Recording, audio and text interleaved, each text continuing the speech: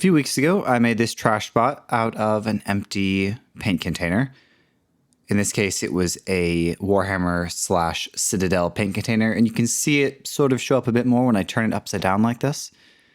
And this week, I ran out of another paint container. This time, one of these dropper bottles from Vallejo also happens to be a silver color. So let's turn it into a Trashbot, shall we?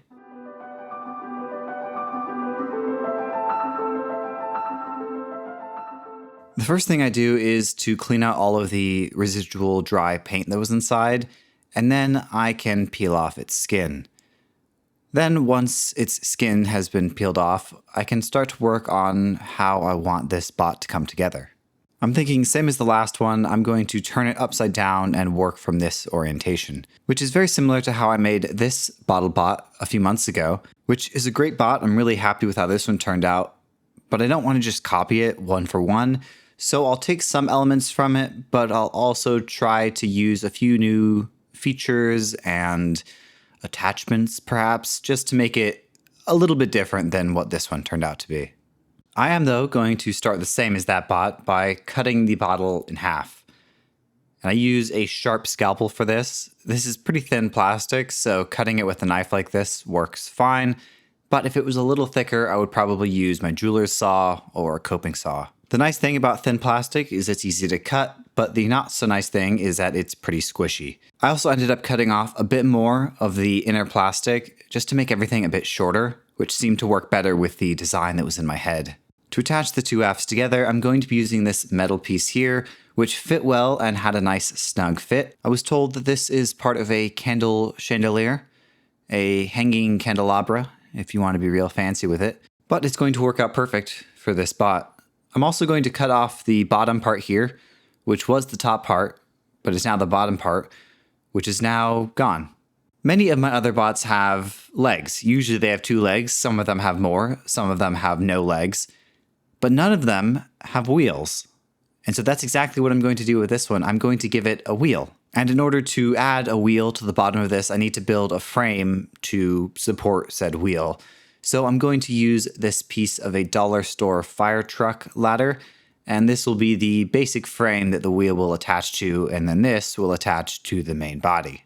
In order for the two to attach together nicely, I do have to cut off a small amount of this rim here, just so it sits flush against the housing for the wheel. And not to be confused with the wheelhouse, which is the covering over where the captain steers a boat from. Speaking of wheels though, I'm currently making the wheel here out of some toy parts and some EVA foam.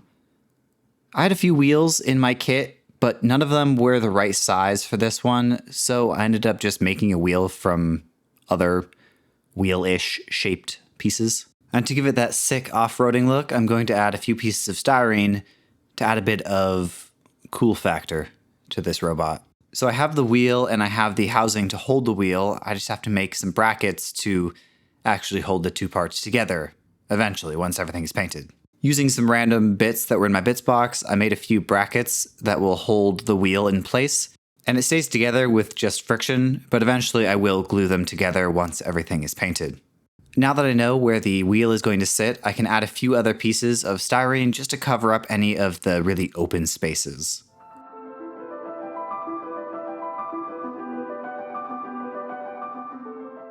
On my other bottle bots that are shaped like this, I've been putting the eye right in the middle here, but I think on this one, just to make it different, I'm going to add this cap on top as a head/eye. I'm glad I ended up shortening this bottle a bit because this does add an extra bit of length that I didn't think about when I was first thinking about this in my head. Remember when I was talking about how squishy this plastic is? Well, to sort of fix that, I'm adding some resin in both sides, and I know resin can be a bit expensive, so if you don't want to deal with resin, but you still want to do this, you can always use EP400 or EP200, which is an epoxy putty, like a clay, and you can find this in most hardware stores. I'm using resin mostly because I have an open bottle, and if I don't use it, it'll just go bad, and that's a waste of money.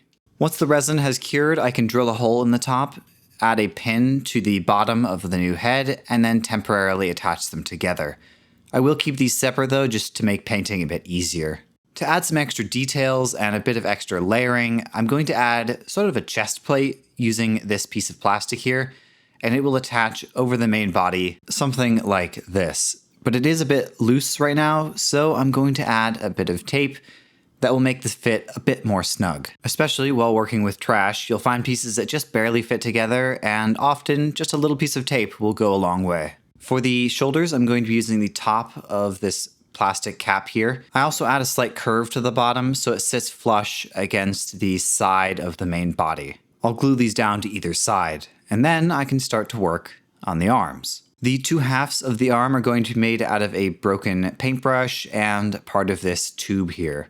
And I cut them into 1/2-inch sections, and then I will drill a hole through the center of the paintbrush. And that is so I can attach everything together with some very small garden wire. The joints on the arms are going to be made out of some wooden beads, which is sort of a classic go-to for me. Then to add a bit more surface area to glue to for the lower half of the arm, I add a small piece of EVA foam. A skeletal wire structure like this is really important, especially in these small pieces. Then I can add some extra details using some pieces of a pen, as well as a small piece of this metal tube.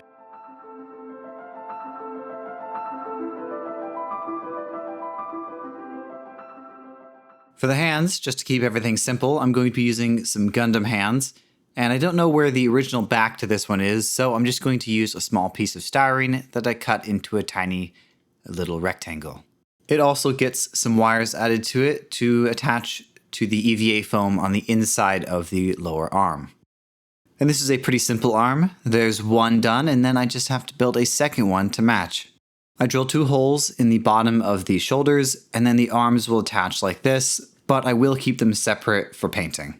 Using some scrap metal tubes, I make a few antennas, and those will attach to the top of the head after I drill a few holes.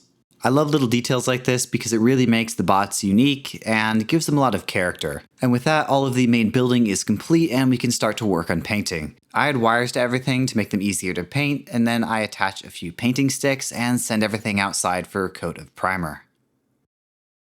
I'm going to go with a yellow and white theme for this one, so I start with white and just paint the shoulders and the chest band, and then everything else gets a coat of yellow. For this one, I'm specifically using a gold yellow, which is a more orangey yellow, which I really like because I think it pops a bit more, and it just looks cool on this bot.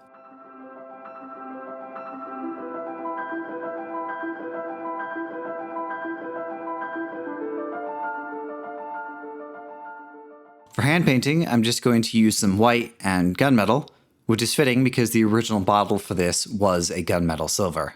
And now that we are in the painting process, I think it's a great time to give a shout out to all my patrons over on my Patreon.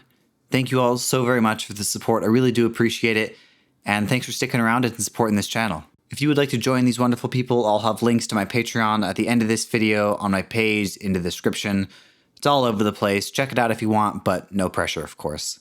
If you are enjoying this video, please do consider liking, subscribing, commenting, sharing.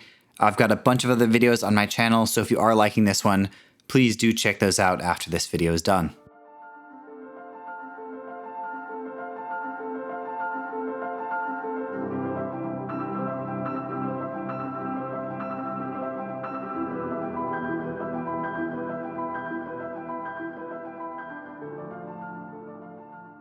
After hand painting, I add some water transfer decals, which is always fun because it's very hard to paint this small and detailed, but it's much easier to add decals. I get all of my decals from my local hobby store. Many are Gundam specific, but quite a few are also just random ones that I got from model kits and things like that from the bargain bin.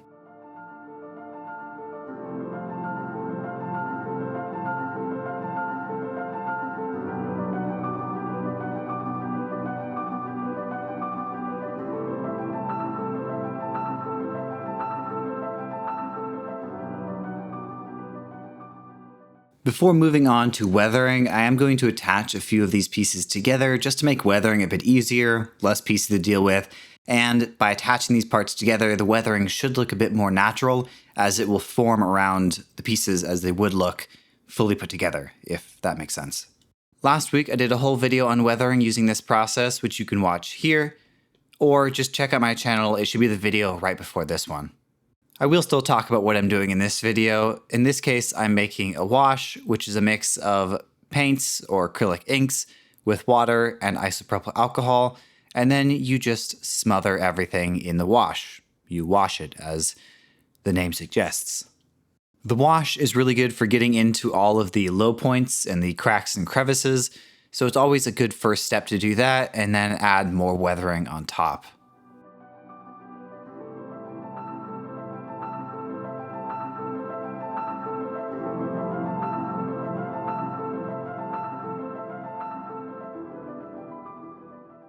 For another layer of surface grime and texture, I'm going to be using this Tamiya Weathering Master Kit.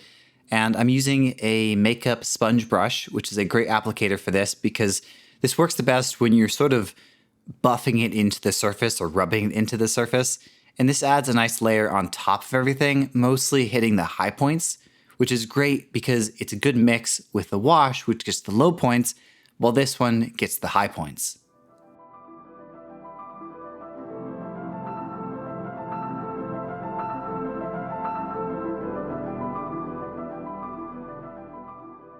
The final weathering technique I like to use is adding a chipping effect using a chipping pen.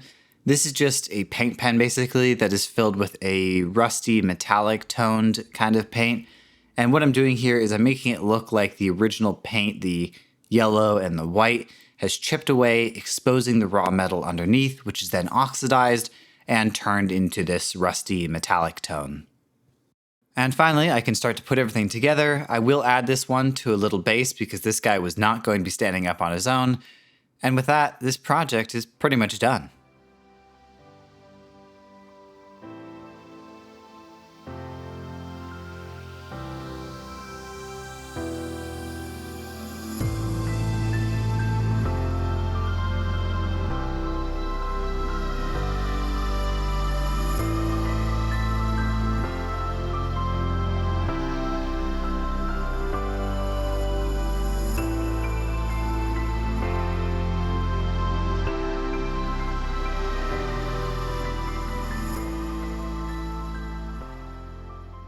Hey, thank you so much for sticking around to the end of the video. I hope you enjoyed this one. This was a fun, small project this week, but I think it turned out really fun. I've never done a wheeled bot before, so this was cool. I've done wheeled vehicles before, but never a trash bot like this. Unfortunately, I don't think there's going to be a video next week as I'm on travel, and I just couldn't finish up a backup video in time. So 2 weeks probably, unless something crazy happens, and then there will be one on Saturday, but I do not know at this point. Anyhow, thank you guys for watching. I hope you enjoyed, and as always, I will see you in the next video.